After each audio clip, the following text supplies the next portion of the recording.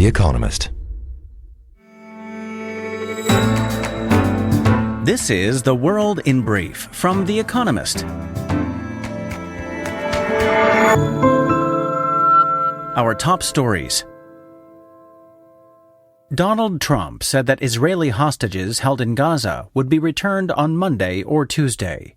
America's president described the peace deal conceived by his administration as a, quote, momentous breakthrough, and said he may visit Egypt where negotiations were held.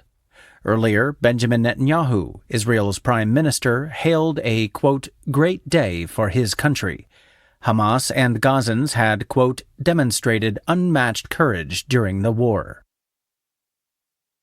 Meanwhile, Israel's security cabinet met to vote on the ceasefire agreement with Hamas. It will then be voted on by the wider cabinet. They are expected to ratify the deal, even if some right-wing ministers vote against it. Israeli troops will withdraw from the enclave, and Israel will release as many as 2,000 Palestinian prisoners. Scott Bessent, America's Treasury Secretary, said that the United States purchased Argentine pesos to prop up the Latin American country's economy and finalized a $20 billion swap line with its central bank. The interventions follow a pledge last month by Mr. Bessent to, quote, do what is needed to steady Argentina's currency. Mr. Trump is due to meet Javier Milei, Argentina's libertarian president, next week.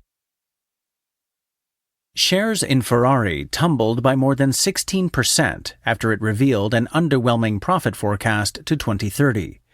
The fall put a €13.5 billion or $15.7 billion dent in the luxury car maker's market capitalization.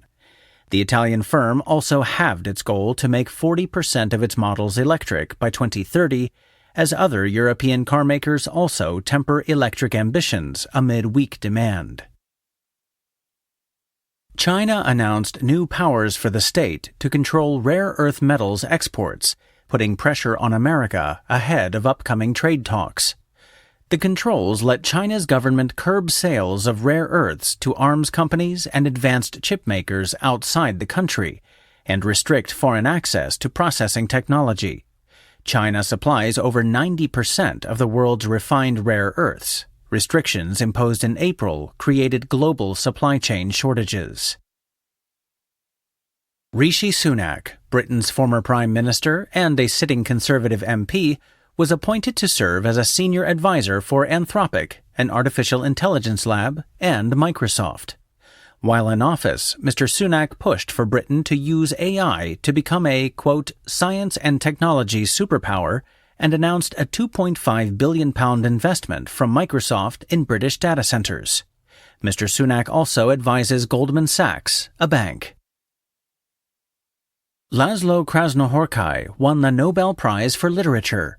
Born in Hungary in 1954, he is the author of bleak novels that have been compared to the works of Samuel Beckett. Shatantango, his debut novel of 1985, is a melancholy tale set in an isolated village. He collaborates with Béla Tarr, a director who adapted Shatantango into a 7-hour black-and-white film in 1994.